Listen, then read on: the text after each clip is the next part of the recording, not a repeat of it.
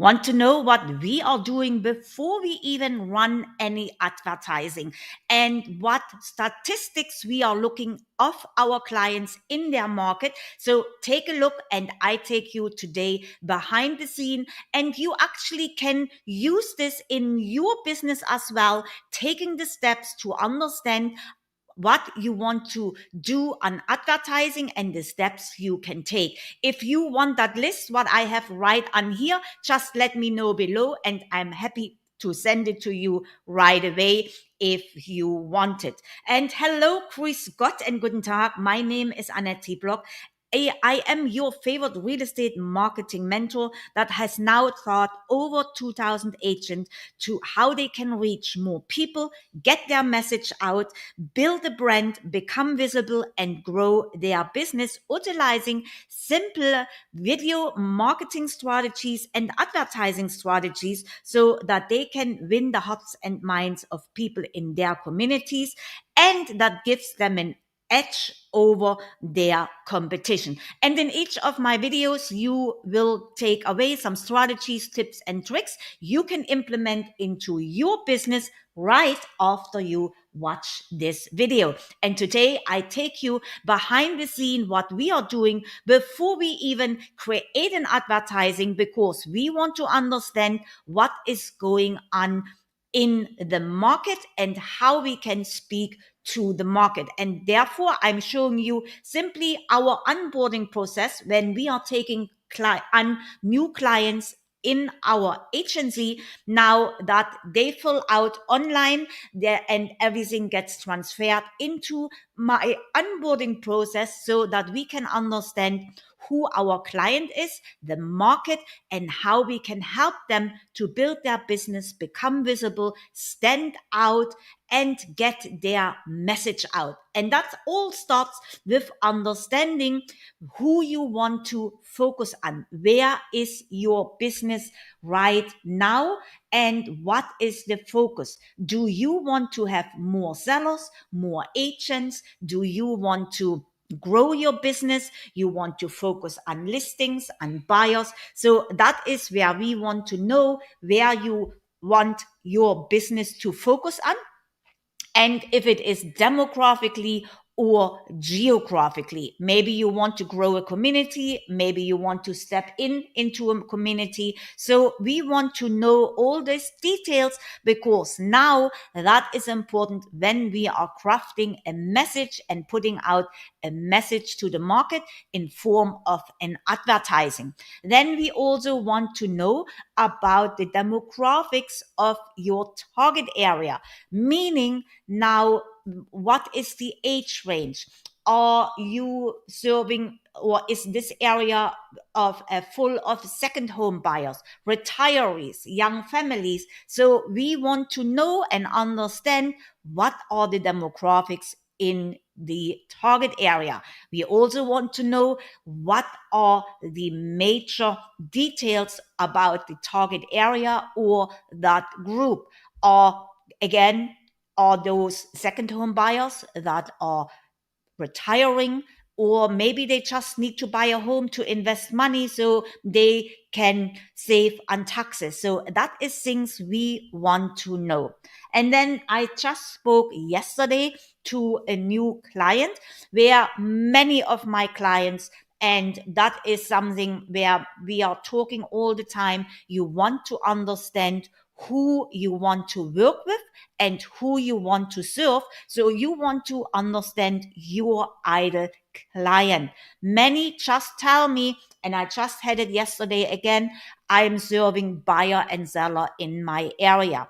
And I tell them, you want to figure out who you want to serve, who you want to like to work with, because now your message will become much, much clearer in your area. And it doesn't mean you need to niche down, but you want to understand the message you are sending out. Let's assume you are talking to a buyer, and you think it is a buyer, but actually they want to sell. So he will tune out pretty soon because he doesn't understand how you can help them. And this is in private conversation, but also when you are talking to the masses. And that means when you are out and about, or if you are on your way on social media. So we are helping and tuning in onto who you want to serve, and so that we can form a message for your market.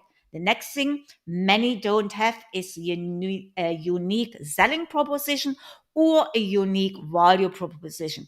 Many heard of it, but most of them don't have one. And that means you actually don't have an offer, and you are not standing out in your market, and it is not clear, and you have no clear message what and how you can help your ideal client out there. So we want to know this. If you don't have one, don't worry. We will work together to figure that out. The next step we are taking is we are looking at your local competition, and you can do that very easily. Go online, pick out 5 people that is your competition, and take a look what they are doing. Are they doing videos? Are they on social media?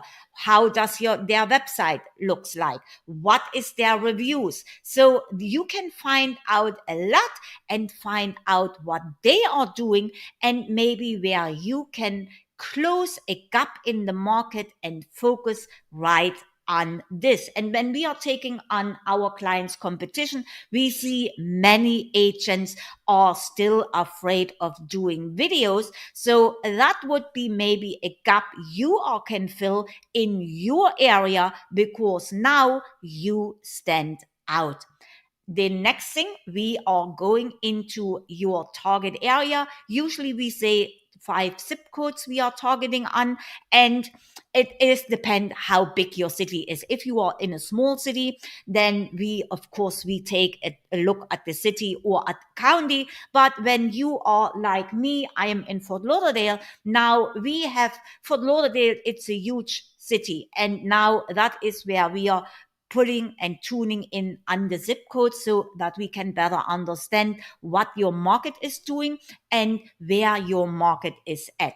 And that is, we want to know what is the average price. You should know if somebody is asking you, hey, what are homes selling in your area? So you could say the average price range is right now between 500 to 600,000. So you as an agent should know this anyway, and you actually should know your absorption rate and your market turnover, so that you understand where your market is and how you effectively can put efforts towards that market. So you will understand what is a buyer's market, what is a seller's market, and now we will understand how we can put a message in front of those people.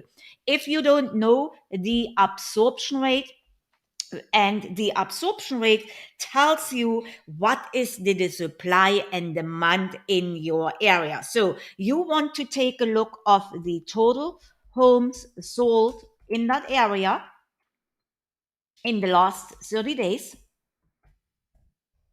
and then you divide this through the total homes on the market.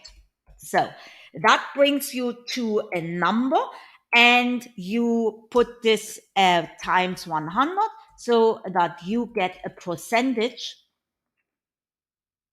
and the percentage will tell you actually what it is. So everything over, in general, everything over 20% is a seller's market. So now, if you know, and your absorption rate is maybe 22, 25%, now you know it is a seller's market, and you could focus on sellers, but your market will have a lot of competition because now everybody wants a listing. So you want to stand out a little bit different and focus on a seller's market and maybe not too much on a buyer, because now there is an oversupply on buyers, but not enough homes on the market. So it's depending the strategy you want to go, and that is why we want to understand what your market is all about.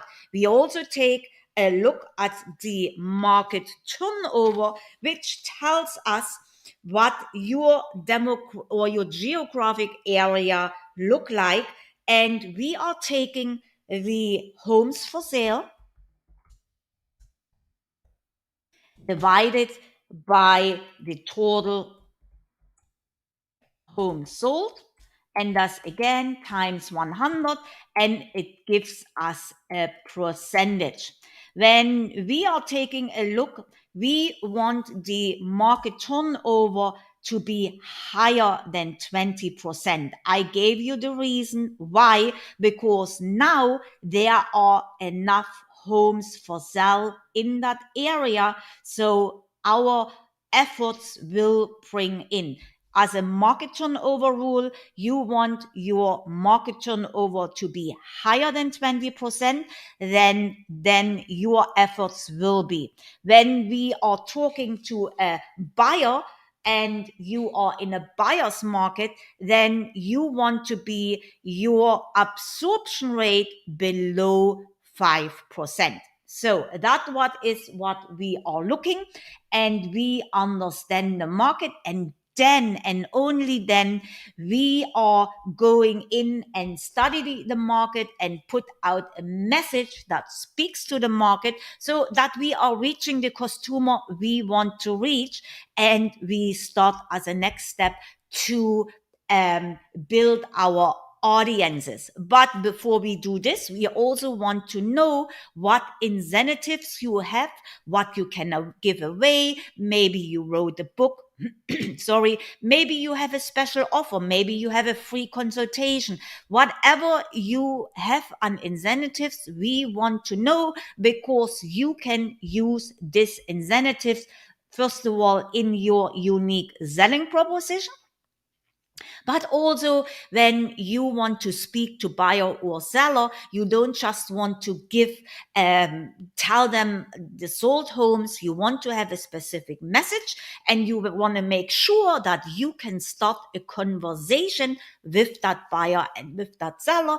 And when you are having incentives, that will help you. So that is an overview what we are doing before we even start advertising. We want to understand the market, what the market is doing, and what your competition is doing, and find out how you can stand out, so that you can not only win the hearts of minds and people in your community, but also you want to start creating conversations, and that will help us. And if you want that cheat sheet right here, that little onboarding document, let me know down below. I'm happy to send it to you.